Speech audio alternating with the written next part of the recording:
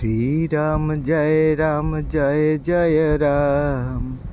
श्री राम जय जय राम। श्री राम जय जय राम। श्री राम जय जय राम। श्री राम जय जय राम। श्री राम जय जय राम। श्री राम जय जय राम। श्री राम जय जय राम। श्री राम जय जय राम। श्री राम जय जय राम। श्री राम जय जय राम। श्री राम जय जय राम। श्री राम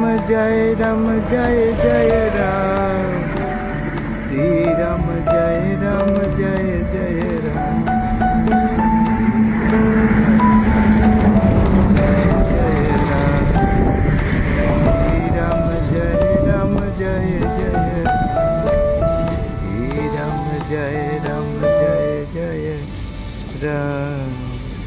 श्री राम जय जय राम। श्री राम जय जय राम। श्री राम जय जय राम।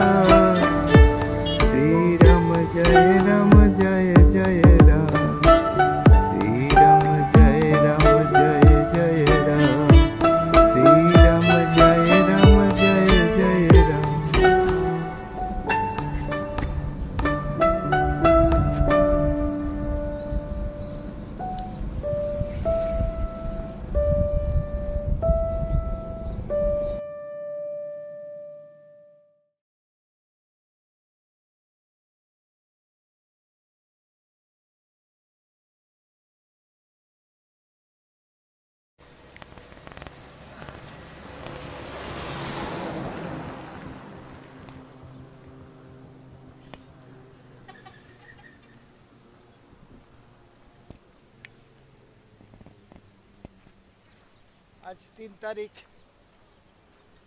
खूब सुंदर मिष्टि सकाल कुयाशा कम आज के कारण शिशिर पड़ेছে রাত্রিবেলা তো সব চারিদিক প্রকৃতি জেগে উঠেছে পাখিগুলো অন্য দিনের মতো চুপচাপ নেই লোকজন সব জেগে উঠেছে ওখানে ছেলেরা ক্রিকেট খেলছে দূরে ট্রেন তারা ঝমঝম আওয়াজ করতে করতে চলেছে একটা নতুন ছন্দে নতুন দিন শুরু করলাম আজকে প্রথমে গন্তব্য মন্ডলা থেকে সিংহাজি মহারাজের যেখানে জল সমাধি স্থল সেখানে যাব কিন্তু দূরত্বটা অনেকখানি যাই হোক দেখছি কতটা যাওয়া যায় কিভাবে যাওয়া যায় আর কমণ্ডলুতে যথারীতি সাবুদানা আর মুগ ডাল ভিজিয়ে নিয়েছি আজকে এটাই খাবো সাবুদানা দুদিন ভেজায়নি দুদিন অন্য খাওয়ার জুটে গেছিল কিন্তু আজকে লম্বা রাস্তা আর ঝুঁকি নিলাম না তো ঝকঝকে রাস্তা ঢালাই রাস্তা তো নিচ দিয়ে হাঁটলে একটু আরাম হয় পাকা রাস্তায় পায়ে যেন নিচের থেকে ধাক্কা লাগে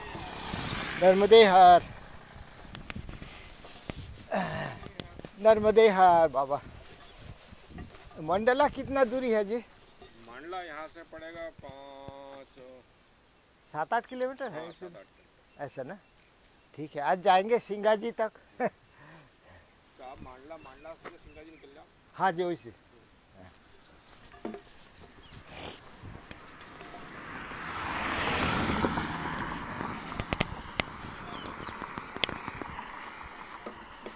সকাল থেকে হেঁটে আপাতত এই জায়গাটায় এসেছি এই জায়গাটায় একটি সুন্দর একটা বাটারফ্লাই পার্ক বলে একটা পার্ক একটা প্রাইভেট রেস্টুরেন্ট এই অঞ্চলটায় সমস্ত কিছু কোনো বাড়ির নাম রাস্তার নাম রেস্টুরেন্টের নাম বা যে কোনো কিছুর নাম ব্যবসায়িক প্রতিষ্ঠান যা কিছু সব সিংহাজি মহারাজের নামে তো তিনি এমনই সিদ্ধ পুরুষ এবং তিনি একটি মিথ যেমন সেই রকম তার দয়ার কথা তার ভবিষ্যৎবাণীর কথা লোকে নর্মদে হাট।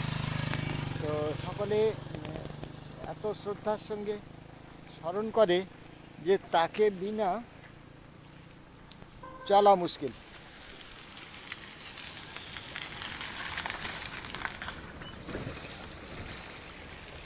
তো এই জায়গাটা কাদা আছে, জল আছে, গাড়িটা পেরোলে আমি পেরোবো।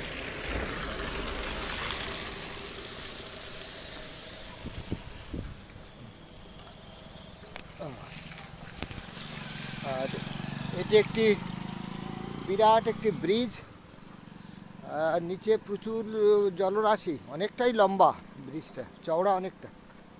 তা এটা কিন্তু মা নর্মদা নয়, এটা যে বাঁধ তৈরি হয়েছে সেই বাঁধের কারণে এটা মা নর্মদার একটা ব্যাক ওয়াটার রিজার্ভ। খুবই সুন্দর জায়গাটা, বাঁধের উপর থেকে ছবি তুলছি, পুরো কুয়াশায় ঢেকে গেছে, আর নিচে স্বচ্ছ জলও দেখা যাচ্ছে, কিছু শ্যাওলা। নর্মদে হার বাবা। তো এই যে বিরাট জলরাশি দেখা যাচ্ছে, এর প্রান্তে গিয়ে দেখা যাবে মা নর্মদা। তো বাঁধের কারণে এই জলরাশি এইভাবে ধরে রাখা হয়েছে। তো ভারী সুন্দর মনে হচ্ছে, নিচে একটা অখণ্ড আকাশ, দারুণ সুন্দর দেখতে। তো দুটো তীরই দারুণ সুন্দর দেখতে। এই তীরটা দেখি,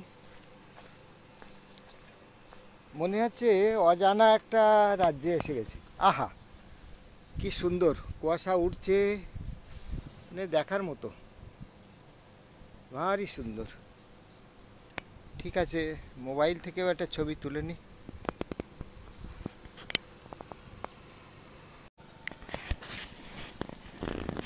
তো নর্মদা নদীর উপরে, নর্মদা মায়ের উপরে যে বাঁধ তৈরি হয়েছে, এই বাঁধের কারণে এই রকম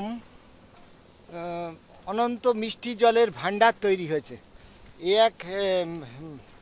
এক অন্যরকম এক সম্পদ। হ্যাঁ, তো এই জল সম্পদ, মিষ্টি জলের এই যে বিশাল এক জলরাশি, যেদিকে চোখ যায় সাগরের মতো, তো এ বিরাট সম্পদ। তো এইরকম আরও বাঁধ হওয়া দরকার। নর্মদা মায়ের জল প্রবাহিত হয়ে সমুদ্রে চলে যাচ্ছে, সে তো একটা ভালো কথা, কিন্তু আমাদের ভারতবর্ষের মধ্যভাগে এই যে রিজার্ভ, এতে প্রকৃতির যে ব্যালেন্স, সাম্যতা, সেটি রক্ষা পাবে। মাটির তলা থেকে অহরহ আমরা জল তুলে নিচ্ছি, কিন্তু মাটির তলাতেও তো প্রচুর জলের প্রয়োজন, তাহলেই তো পৃথিবীর ভারসাম্য রক্ষা হবে। তো সেই ভারসাম্য রক্ষায় এই ধরনের বাঁধ বা জলাধার খুবই প্রয়োজনীয়তা আছে, খুবই প্রয়োজন। তো এটা আর জলের উপরে সকালবেলার যে কুয়াশা দেখতে এতই সুন্দর, সে আর বলার অপেক্ষা রাখে না, ভারী সুন্দর। অনেকেই এগুলো, এই দৃশ্যগুলো উপভোগ করছে এখানে। আর দূরে দেখা যাচ্ছে এক মাঝি, তা সম্ভবত জেলে, সে মাছ ধরছে। তো এই জলরাশির উপর দিয়েই চলছি, দুধারেই জলরাশি। এই বাঁধটি অনেক লম্বা, বিশাল লম্বা।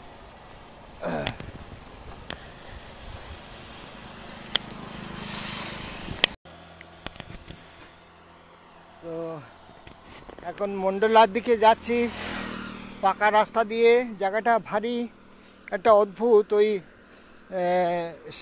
বিহারের যে সাঁওতাল পরগনার মতো ওই রকম ভূপ্রকৃতি, আর এই ছোটো ছোটো ঝাড়ি ঝাড়ি গাছ, আর এই ধরনের ঝাড়ি জঙ্গল এককালে অতি মারাত্মক ছিল।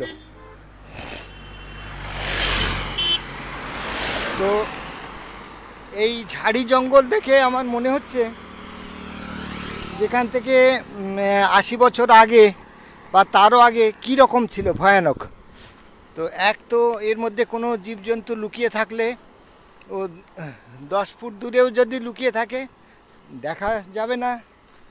আর কাঁটা ঝোপ, পাথুরে জমি, উঁচু নিচু খাদ, ভূপ্রকৃতিটা ভারী অদ্ভুত, একদম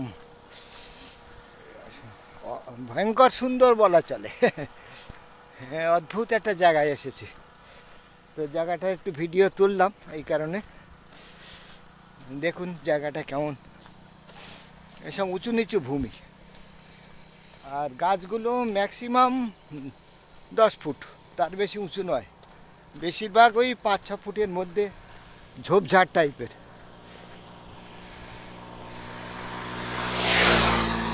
বাবলা গাছই বেশি, তার সঙ্গে বাবলার বিভিন্ন রকম প্রজাতিও আছে। তো এই জঙ্গলের মধ্যে দিয়ে বুক চিরে এই কালো রাস্তাটি বয়ে চলেছে। আমাকেও কখনো রাস্তার সঙ্গে সঙ্গে চড়াই উতরাই পেরোতে হচ্ছে। নর্মদে হর, নর্মদে হর। তো ওই রাস্তাটায় ঝাড়ি, যে কাঁটা ঝোপ মতো গাছগুলো ছিল ওখান থেকে পেরিয়ে এখানে ঘন জঙ্গল শুরু হয়েছে, এবং বেশিরভাগটাই সেগুন জঙ্গল। এখানে গাছগুলো অনেকটা বড় বড়। আর শীতকাল, পাতা ঝরনার মরশুম, এখানের গাছগুলোর শুকনো রুক্ষ আবহাওয়ায় বেশিরভাগই পাতা ঝরে গেছে। গাছতলায় শুকনো পাতার রাশি। তো ভারী অদ্ভুত ভূপ্রকৃতি। এই ধরনের ভূপ্রকৃতি আমাদের বঙ্গদেশে তো মেলে না। তো সেই জন্যে আমরা যারা বাইরে থেকে আসি, তো তাদের কাছে এসব জায়গা খুবই আকর্ষণীয় মনে হয়। এর প্রাকৃতিক রূপটা যেন মনে গাঁথা হয়ে যায়। ছোট ছোট নালি আছে, নালিগুলো শুকনো এখন। জঙ্গল কিন্তু বেশ ঘন, যে খুব পাতলা তা বলা যায় না। আর দূরে দুপাশেই উঁচু পাহাড় আছে।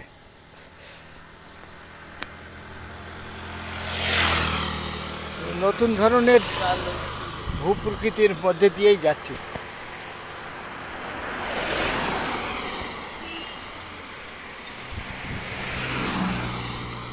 দুটো একটা নাম না জানা গাছ দেখতে পাচ্ছি, অনেক উঁচু এবং খুবই মোটা।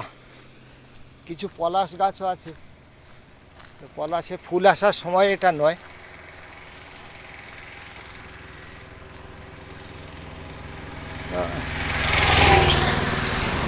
এসব জায়গায় আসা মানে প্রকৃতির মধ্যে হারিয়ে যাওয়া।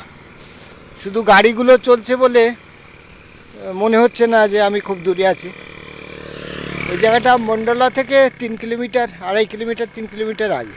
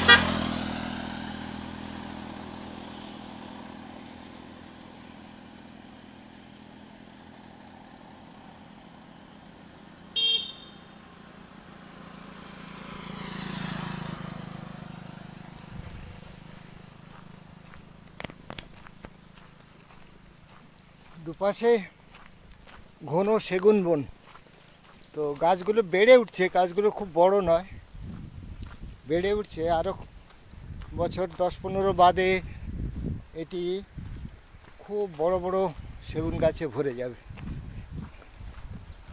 আর জীবজন্তু তো আছেই, পাল পাল বাঁদর,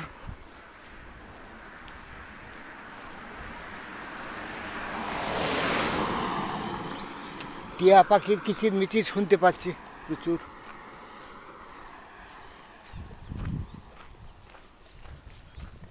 আর এ সাঁতারে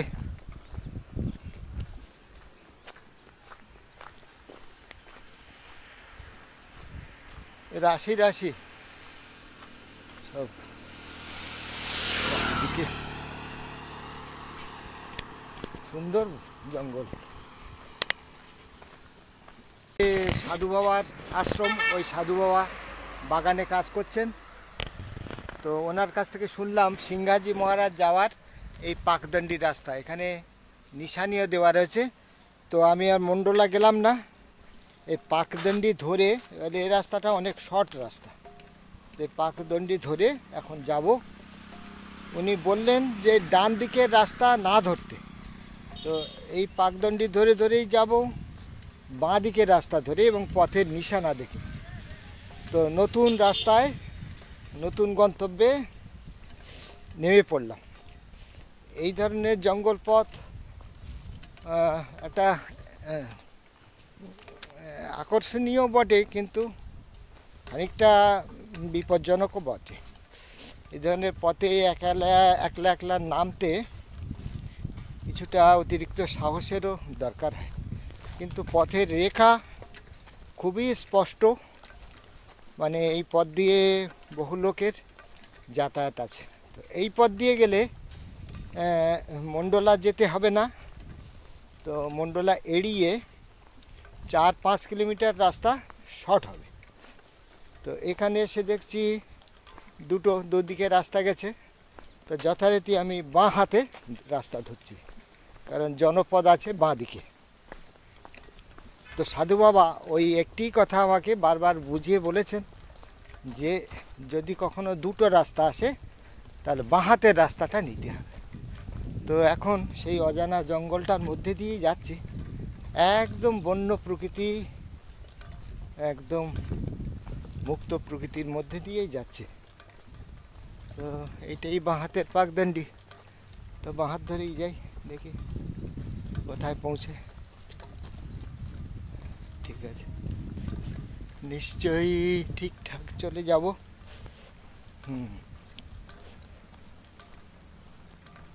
তো এই নিশান আছে, কোনো অসুবিধা নেই। ও তো আমি ঠিকঠাকই যাচ্ছি, অসুবিধা নেই। তো এই রাস্তাটা 5 কিলোমিটার সিংহাজির দিকে। আর মন্ডলা যে পাকা রাস্তায় ছেড়ে আসলাম, পাকা রাস্তা দিয়ে মন্ডলা আরও 2 কিলোমিটার, তো অনেকটাই শর্ট হবে রাস্তা। নর্মদে হার পরে আবার দেখাবো রাস্তাটা সামনে, টানা ভিডিও করা তো সম্ভব না।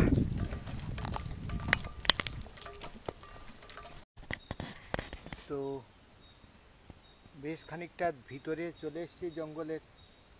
তো এই নির্জন একদম মুক্ত প্রকৃতির এই জঙ্গলের আলো ছায়ার মধ্যে কিছুক্ষণ হারিয়ে যাওয়ার ইচ্ছা হলো। তো এই জায়গাটা একটু বসলাম, মানে আমার নিজের গলার স্বরও নিজের কাছে বিসদৃশ্য লাগছে, যে এই বন্য প্রকৃতির মধ্যে কোনো রকম যেন আওয়াজ করতে মানা, টুং টুং টুং করে পাখির আওয়াজ হচ্ছে। এখানে বসে খানিকটা প্রকৃতি অনুভব করি, আর একটু শরীরের শক্তিও প্রয়োজন।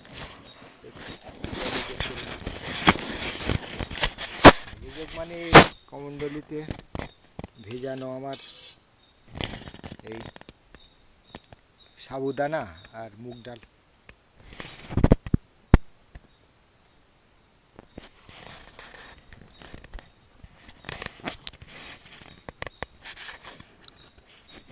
জঙ্গলের বেশিরভাগ অংশটাই একদম ছায়ায় ঢাকা, রোদ্দুর ঢুকছে না।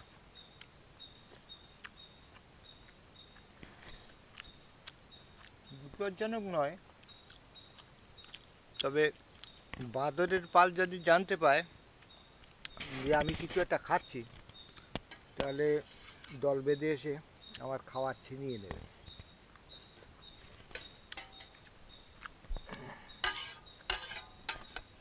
এদিকে বাঁদরের দল খুব একটা নেই, যদিও মনে হচ্ছে পিছনে ফেলে এসছে।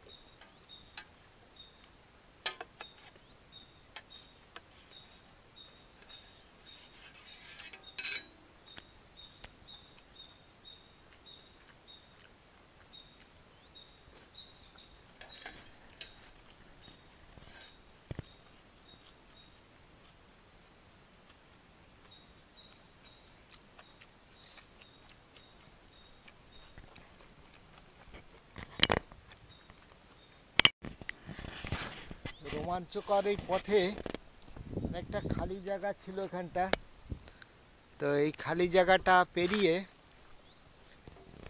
তীর চিহ্ন দেখাচ্ছে একটু গভীর জঙ্গলের দিকে। আর সেগুন পাতার মধ্যে দিয়ে, ঝরে পড়া সেগুন পাতার মধ্যে দিয়ে চলতে কেমন আওয়াজ হয় সেটাও আপনাদের শোনাচ্ছি।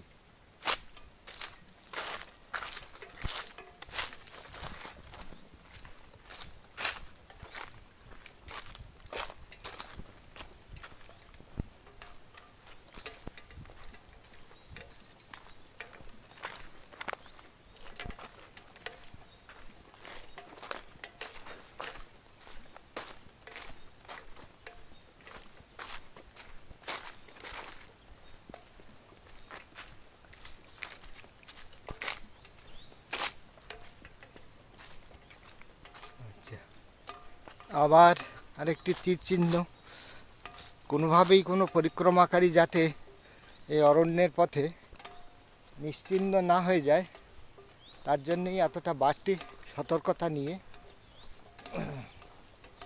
জায়গাগুলো তৈরি হয়েছে। এবং বেশ কিছু জায়গায় গাছ কেটে কেটে এইরকম স্থান তৈরিও হয়েছে। কিছু কিছু জায়গায় দেখছি মাটি, কোনো জন্তুতে মাটি খুঁড়িয়ে চৌচির করে রেখেছে, তো এগুলো ভাল্লুক বা বন শুয়োরের খোঁড়া হতে পারে। এই পাকদণ্ডীর চিহ্ন, তো এখন এই পথ দিয়ে যেতে হবে। এই জায়গাটা বেশ গভীর জঙ্গল, আমাকে বেশ সতর্কভাবে চারিদিকে নজর রাখতে রাখতে যেতে হচ্ছে। আর মায়ের নাম তো মনের মধ্যে জপছে, তো বেশ এটা লোকালয় থেকে আমি বেশি দূরে যাইনি, কারণ দূর থেকে যানবাহনের শব্দও পাচ্ছে। ডান দিকে যদি চলে যাই ভুল করে, এই চিহ্ন, তো ডান দিকে যদি চলে যাই তাহলে আমি লোকালয় থেকে বহু দূরে চলে যাব নিমেষের মধ্যে। সুতরাং এই পাকদণ্ডী আমাকে অজানা রাস্তায় ধরে রাখতে হবে, কারণ আমি একা আছি। একা থাকার অর্থ হচ্ছে সম্পূর্ণ দায়িত্ব নিজের। আর এরকম গাছের গায়ে লাল রং করা আছে, তাহলে এটাও মায়ের পথের চলার নিশান। এই পাকদণ্ডী সুস্পষ্ট একদম। মোটর সাইকেল যাওয়ারও চিহ্ন দেখতে পাচ্ছি, তো অনেক পথ শর্টকাট হয়ে যাবে এই রাস্তাটা দিয়ে যাওয়ার ফলে। তবে রাস্তাটা দারুণ রোমাঞ্চকর, তাতে কোনো সন্দেহ নেই। এবং কিছু কিছু জায়গায় আলো আঁধারি বেশ গভীর, আর কিছু কিছু জায়গায় একদম নিপাট অন্ধকার। মানে আলো থেকে আসার পরে চোখ ধাঁধিয়ে যাবে। তো বাগদণ্ডী আছে, আমিও ঠিক রাস্তাতেই যাচ্ছি এবং দিনের শেষে ঠিক জায়গাতেই পৌঁছাবো। আমি ধর্মের পথেই আছি এবং ধর্মের পথে থেকেই আমি পৌঁছে যাব তার কাছে। কোনো বড় প্রাণী উপরে উঠে গেল, দেখতে পেলাম না, নিমেষের মধ্যে গাছের মগডালে পৌঁছে গেল। বিরাট লম্বা বন, আমার পক্ষে অনুমান করা কঠিন ডান দিকে কতটা গভীর। বাঁ দিক তো শহর থেকে বা গ্রাম থেকে খুব দূরে নয়, সেটা বুঝতেই পারছি। নর্মদা পরিক্রমা।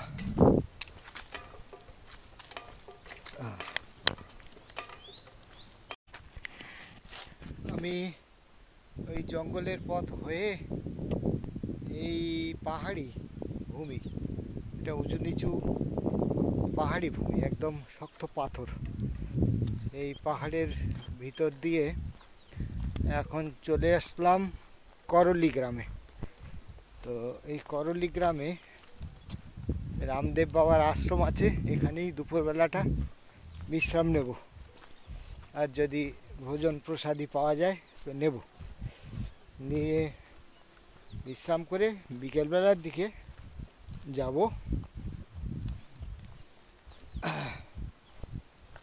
সিংহাজি মহারাজের জল সমাধি স্থল দেখতে। তো এখান থেকে দূরত্ব কেউ বলছে 7-8 কিলোমিটার, কেউ বলছে 10-12 কিলোমিটার। যাই হোক, বিকেলবেলা অবশ্যই সেটা হয়ে যাবে। এখন এখন 11:30 পৌনে 12টা বাজতে যায়। একটানাই এসেছি এতক্ষণ, সামান্য মাঝে 2-5 মিনিট বসে বিশ্রাম নিয়েছি, আর ওই সুতরাং এখন একটু বিশ্রাম নেওয়া খুব জরুরি। মনে হয় এই নিশান লাগানো মন্দিরটি রামদেব বাবার আশ্রম, এখানেই দুপুরে থাকবো। জায়গাটা খুবই গরিব এলাকা, তো অনেক চাষি টাষি দেখছি, তারা মাঠের মধ্যেই ছোট ছোট কুড়ে বানিয়ে থাকছে, তাদের জমি ক্ষেত ইত্যাদি পাহারা দিচ্ছে। এখানটা অনেকটা কার্পাসের চাষ দেখছি, সব মাইলের পর মাইল কার্পাস ক্ষেত আছে, গম ক্ষেতও আছে, তবে কার্পাস বেশি দেখছি, যেগুলো সব কার্পাস। আর এদিকে সব রুক্ষ ভূমি, এখানে নিচে একদম শক্ত পাথর, কোনো কিছুর উৎপাদন এখানে হবে না। যাক, দেখি বিশ্রাম স্থলটা কেমন। এই হলো রামদেব বাবার আশ্রম, পরিক্রমাকারীরা এখানে থাকে। এখান থেকে সড়ক পথ, পাকা পথ ধরে যাব।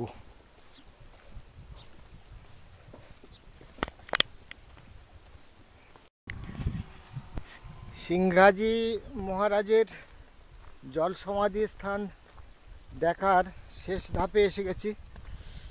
তো কারেলি গ্রামে থেকে অনেকটা পথ চলে এসেছি।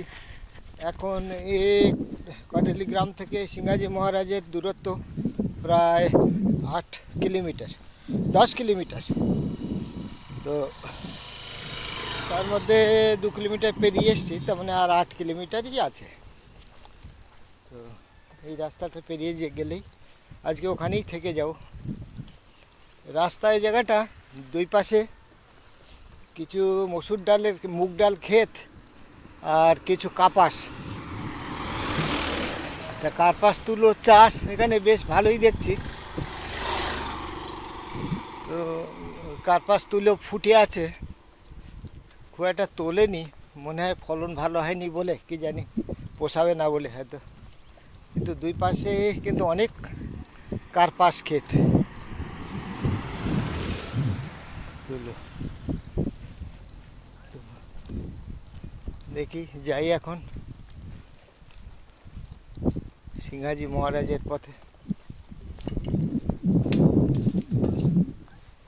একদম মুক্ত আকাশ, এখানে বড় গাছগাছালি নেই, দুই পাশে অসংখ্য নিম গাছ আছে আর এরকম খোলা রোদ্দুর। আজকে সকালের মেঘলা মেঘলা না কুয়াশায় ঢাকা আকাশ ছিল, দুপুরের পর থেকে যে রোদ ছেড়েছে সে মারাত্মক রোদ। তবে ভালো কথা একটাই, তো এখান থেকে শর্টকাটের রাস্তা আছে। তো আমার সামনে যারা যাত্রীরা এই শর্টকাট রাস্তাটার দিকে ইশারা করলেন, তো তারা পেরিয়ে জঙ্গলের মধ্যে দিয়ে এখন মাঠে নামলাম শর্টকাট রাস্তার জন্য।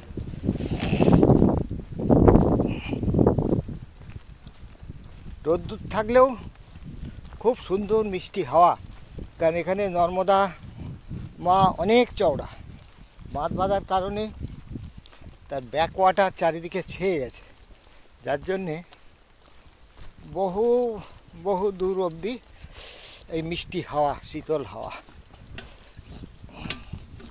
তো মাঠের মধ্যে দিয়ে যে শর্টকাট রাস্তা সেটা দিয়ে যাচ্ছে।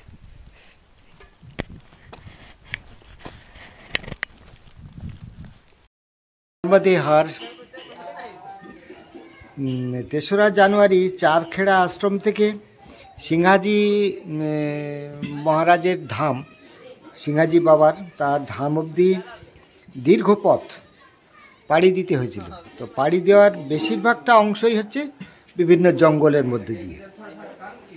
তো গ্রামের নামগুলো সেটা এইরকম: সেলদা, সোমগাঁও, গেহলগাঁও, এই মোটামুটি। আর মাঝখানে পড়েছিল করলি গাঁও। তো এই 4টে গ্রাম। তা করলি গ্রামে পড়েছিল রামদেব বাবার মন্দির, আর বাদবাকিটা প্রায় বেশিরভাগটা হচ্ছে জঙ্গল পথ। শেষ প্রান্তে ছিল গেহলগাঁও। এই গেহলগাঁও হচ্ছে জনবসতির শেষ অংশ। তারপর থেকে 2-3 কিলোমিটার রাস্তা সরকার নির্মিত একদম সিংহাজি ধাম, যেখানে সিংহাজি মহারাজ স্বেচ্ছায় জলসমাধির মাধ্যমে নিজের প্রাণ ত্যাগ করেছিলেন, সেই জায়গাটি অবধি 2 কিলোমিটার বাড়তি যেতে হয়। তো 3 তারিখে ইচ্ছা ছিল সরাসরি সেই স্থান দর্শন করার, কিন্তু এত দীর্ঘ পথ, ক্লান্তির শেষে আর সেই জায়গা পর্যন্ত পৌঁছানোর ইচ্ছা হয়নি, সুযোগও হয়নি। তো ওইখানে গেহলগাঁওটাকে আপনি অনায়াসে সিংহাজি গ্রাম বলতে পারেন। তো সিংহাজি গ্রামের ওখানে থেকে গেছিলাম একটি আশ্রমে, অন্য ক্ষেত্র ছিল। রাত্রি কাটিয়েছিলাম খুব সুন্দরভাবে। আশ্রমটি ছোট আশ্রম, তো শৃঙ্খলা আছে বেশ। জুতো বাইরে রাখতে হয়, কোনোভাবে ভিতরে নেওয়া যাবে না। আবার কুকুরে নিয়ে পালিয়ে যায় সে ভয়ও আছে। আর বাথরুম, পাকা বাথরুম ছিল, স্নানের জলের সুবন্দোবস্ত ছিল, প্রসাদ বিতরণ করেছিলেন তারা খুব যত্ন সহকারে। সেখানে সুন্দর আনন্দে রাতটা কাটিয়েছিলাম। তো 3 তারিখের কথা বলতে হলে কিছু কথা না বললেই নয়। সেটা হচ্ছে এই জঙ্গল রাস্তাটি কিন্তু আজকের দিনের সবথেকে বড় প্রাপ্তি ছিল। তো জঙ্গল পথে প্রবেশ করার আগে এক সাধু বাবা তিনি বলে দিয়েছিলেন নিজের বাঁ হাতটা দেখিয়ে, যে বাবা এই বাঁ হাতটা ভোলা যাবে না, যখনই কোনো দুটো পাকদণ্ডী আসবে তখন বাঁ হাতটার রাস্তা ধরবে, ডান হাত ধরলে কিন্তু গভীর জঙ্গলে হারিয়ে যাবে। তা একবার কিন্তু সত্যি ভুল করলাম। সেখানে 3টে আবছা পাকদণ্ডী ছিল, এবার কোনটা ডান হাত কোনটা বাঁ হাত, 3টে যে।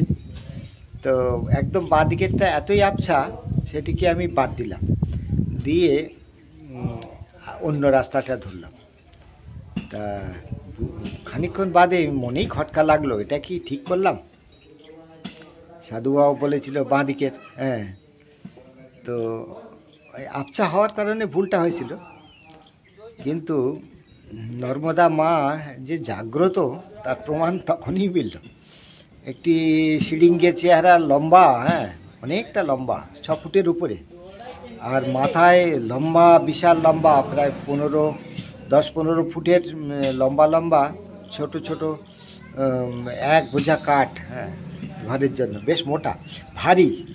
তো অত ভারী বোঝা কাঁধে নিয়ে এসে অনায়াসে হেঁটে গেল, আর দূর থেকে আওয়াজ লাগালো, বাবা ওদিকে না। তা বুঝতে পারছি না কোন রাস্তাটা, দাঁড়িয়ে পড়লাম। তো বললো, বাবা আমি দেখিয়ে দিচ্ছি বলে তার সঙ্গে সঙ্গে তার পিছন পিছন চলতে লাগলাম। তা আমি, আমার পিঠে মাত্র 10-12 কেজির ব্যাগ, আর তার মাথায় অত বড় ভারী কাঠের বোঝা, হনন করে চলে গেল নিমেষের মধ্যে।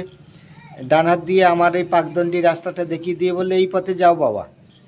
বলে সে নিমেষের মধ্যে কোথায় হারিয়ে গেল, আর ট্রেস করতেই পারলাম না। তো ভাবলাম ভগবান শিব শঙ্করই আমাকে রাস্তা দেখিয়ে দিয়ে গেলেন, উদ্ধার করলেন। ওই জঙ্গল পথে কত দূর যে চলে যেতাম কোনো ঠিক ছিল না। পাকদণ্ডীটি বেশ চওড়া ছিল। তো যাই হোক, তো এইটাই এরকম হয়। তো দীর্ঘ ক্লান্তিকর যাত্রা শেষে সিংহাজি গ্রামেই থেকে গেলাম। ওখান থেকে দূর থেকে সতৃষ্ণ নয়নে দূরের দিকে তাকিয়ে দেখতে লাগলাম যে সিংহাজি ধামটা আজকে আর যাওয়া গেল না। এত কষ্ট করে আসলাম একদিনে দেখব বলে। তো থাক আপাতত, আগামীকাল বা আগামী পর্বে দেখা যাবে সিংহাজি ধাম। নর্মদে হর।